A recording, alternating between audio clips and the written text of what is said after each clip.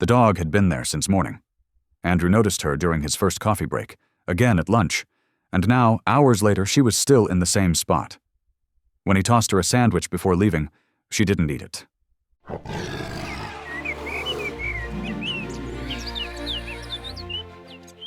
Not a single bite. She only sniffed the food once, then sat down and looked straight at him. Andrew was about to walk away when something around her neck caught the light, a collar that didn't look right. That's when he realized there was a reason she wouldn't leave. And what happened next will shock you. Andrew watched the golden retriever circle the sandwich he'd just thrown. Turkey and Swiss on wheat, good stuff, not dried-out cafeteria leftovers. The dog sniffed it once, then sat back, staring directly at him with an intensity that made his skin prickle. It was Christmas Eve, nearly 5 o'clock. The office park was a ghost town. Most people had fled by lunch, but Andrew's boss had insisted someone stay to finish the quarterly inventory. Lucky him. The dog had appeared that morning, pacing the parking lot's edge near the tree line. Andrew had noticed her during his coffee break, then again at lunch, and now as he was finally leaving. She hadn't approached anyone else. "What's your problem?" Andrew muttered, zipping his laptop bag. The retriever barked, sharp, purposeful, then wheeled toward the woods. Andrew took a step closer to the fence. That's when the light caught it. Something was tied around the dog's neck. Not a proper collar, rope, frayed and dirty, with cardboard duct taped to it. His pulse quickened. He should go home. Heat up leftover Chinese food. Watch something mindless. Instead, Andrew unlatched the gate. The dog held perfectly still as he approached, trembling slightly. Andrew knelt and carefully peeled back the tape. The cardboard was damp, the marker bleeding through, but the message was clear. "I can't move. Hurt bad. Please follow." Andrew's throat tightened. He looked at the dog. She looked back, unblinking. "All right," he whispered. "Show me." The retriever took off like a shot. The dog moved like she had a map burned into her brain. Every 50 yards, she'd stop and look back, making sure Andrew was keeping pace. His lungs screamed. Branches whipped his face. His dress pants snagged on thorns. This was insane. He should have called 911 from the parking lot, but something told him there wasn't time. After 20 minutes, the dog finally slowed. Through the bare trees, Andrew spotted a cabin, weathered gray, half swallowed by vines. The roof sagged badly. One window was cracked, covered with yellowed newspaper. The dog bolted to the front door, scratching frantically, whining in desperate bursts. Andrew climbed the rotting porch steps. "Hello?" he called out, pounding on the door. "Is someone in there?" Nothing. He tried the handle. Locked. He stepped back and kicked hard. The wood splintered and the door swung inward. The smell hit him. Stale air, unwashed fabric, something medicinal. Andrew pulled his collar over his nose and stepped inside. In the corner, near an overturned footstool, lay an elderly woman. She was on her side, one leg bent at a sickening angle. A small Christmas tree stood nearby, half-decorated, ornaments scattered across the floor. Andrew's stomach dropped. "Oh, God!" The dog rushed past him, pressing her nose against the woman's face. Andrew dropped to his knees and fumbled for a pulse. There. Faint, but there. He yanked out his phone and dialed. 911. I'm about 2 miles into Ridgewood Trail off County Road 17. Elderly woman, unconscious, broken leg, she's barely breathing. While the dispatcher coordinated help, Andrew scanned the cabin. A cot with wool blankets, and on a table by the window 3 wrapped presents, the paper worn but carefully creased. Next to them, a bus ticket. Departure. December 24th, 8:15. a.m. today. She was supposed to leave hours ago. The paramedics took 40 minutes to arrive, hiking in with a stretcher. Andrew stayed beside the woman, monitoring her breathing. The dog refused to leave her side. When they finally lifted her onto the stretcher, her eyelids fluttered. She looked around, terrified, until her gaze landed on the dog. "Bella," she rasped. "She's right here," Andrew said quickly. "She found me. She brought me to you." Tears spilled down the woman's cheeks. "Sent her away," she whispered. "Thought she wouldn't." "She didn't give up," Andrew said. "She waited all day." The woman's face crumpled.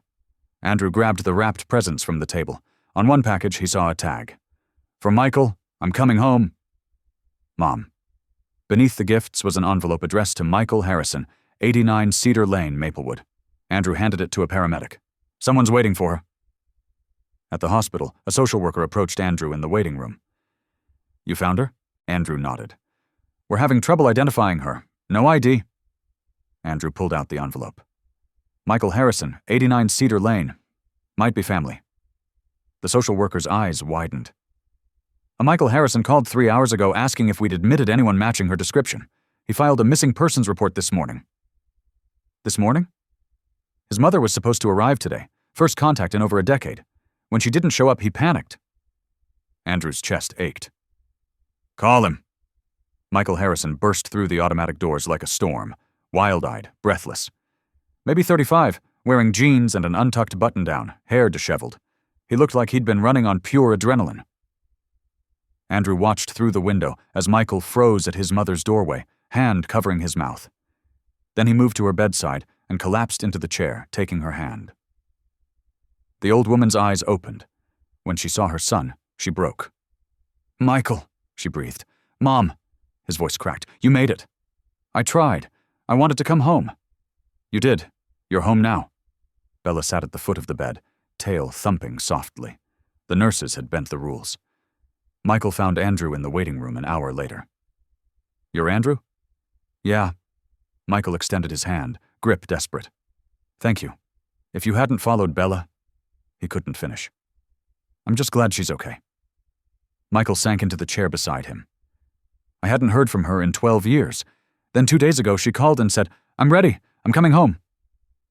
When she didn't show up this morning, I thought I'd imagined it. What happened? Andrew asked quietly. Michael took a shaky breath. House fire. 12 years ago near Christmas. My dad didn't make it out. Mom survived, but PTSD and survival guilt destroyed her. She couldn't handle being around people. 6 months after the fire, she disappeared. Andrew felt the weight of it. An outreach program found her, Michael continued. Got her help. Gave her Bella. The dog brought my mom back, and she was coming home for Christmas. For the first time in years, Mom wanted to celebrate Christmas. Andrew thought about the Christmas tree and the scattered ornaments. She didn't change her mind. She was trying. I know. Michael wiped his eyes. That's what matters. On Christmas morning, Andrew received a text. This is Michael. Mom's being discharged. Dinner at my place tonight. You should come. Andrew stared at the message. He had nowhere else to be. I'll be there, he replied. Michael's house was small but warm. A fire crackled in the fireplace. The smell of roasted chicken filled the air. Genevieve sat in an armchair, leg propped in a cast, Bella at her feet. When Andrew walked in, Genevieve smiled, fragile but genuine. You must be Andrew. Yes, ma'am. Sit, please. I need to thank you properly. You don't have to. I do. You didn't have to follow Bella. Most people wouldn't have. But you did. They talked for hours. Genevieve shared stories about her recovery, learning to sleep without nightmares, planting a garden, and finally picking up the phone. Michael talked about his work as a teacher, about the years wondering if he'd ever see his mother again. Andrew found himself laughing for the first time in months. That night, sitting at a stranger's table, Andrew felt something shift. He wasn't alone anymore. 3 days later, the mental health outreach program that had helped Genevieve called Andrew. We heard what you did. We need people like you, people who see what others walk past. Andrew thought about the dog in the parking lot. What would I be doing? Finding people who've disappeared, people who think no one's looking, bringing them home. When can I start? A week later, Andrew and Michael met in a park, watching Bella chase fireflies. I'm moving in with her, Michael said suddenly. Andrew turned. Yeah? She's doing better, but she needs help, and I can't lose her again. That's good, man. Michael smiled. You should come by more often. Mom keeps asking about you. Andrew laughed. I will. They sat in comfortable silence, the summer night settling around them. Andrew had lost his job that Christmas Eve, lost the life he thought he was supposed to have. But he'd found something better. Purpose, a new friendship, and above all, a family. All because a dog wouldn't eat a sandwich.